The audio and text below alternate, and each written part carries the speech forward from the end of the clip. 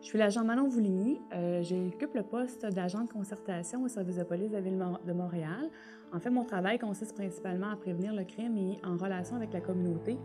Par contre, il faut aussi noter que je suis avant tout policière depuis 14 ans et que comme tout policier, comme policière, la mission que nous avons à tous les jours à rencontrer, c'est de prévenir, mais aussi de réprimer le crime. Réprimer le crime dans le but de protéger les citoyens, protéger leurs biens, dans le but de maintenir l'ordre, d'assurer la paix, et également dans le but de s'intéresser et de porter attention aux victimes et à toute personne dans le besoin.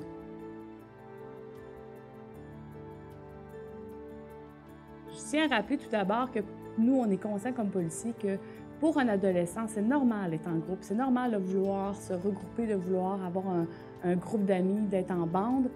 Ça devient problématique à partir du moment où ces jeunes-là utilisent le fait qu'ils sont en groupe, qu'ils sont regroupés pour commettre des délits, pour intimider, faire des vols, des taxages, pour faire des graffitis, pour consommer de la drogue. Donc, lorsqu'on commence à parler d'activités délinquantes sur une base plus ou moins régulière, dans laquelle il y a de la violence qui vient s'intégrer aux activités délinquantes, aux crimes qui sont faits par les jeunes, on commence tranquillement à aller vers ce qu'on appelle, nous, un groupe émergent. C'est-à-dire une gang émergente, c'est des jeunes qui vont avoir comme modèle les gangs de rue et qui vont tranquillement s'enliser dans des activités délictueuses de plus en plus fréquentes et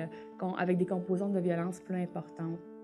Au service de police de la Ville de Montréal, on commence les mesures préventives très tôt auprès des jeunes. C'est-à-dire que dès le primaire, on travaille en partenariat avec les écoles dans certains programmes qui visent à faire diminuer la violence à l'école ou à prévenir l'adhésion aux gangs. Comme par exemple, on a le projet Unité sans violence en 6e année qui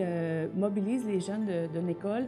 dans un contrat de non-violence où ils sont appelés à s'exprimer pour ne pas tolérer la violence. Donc, c'est eux qui sont mis en action pour faire changer les choses à l'école. On a également un programme qui s'appelle Gang de choix, où là, les jeunes sont dans une démarche de réflexion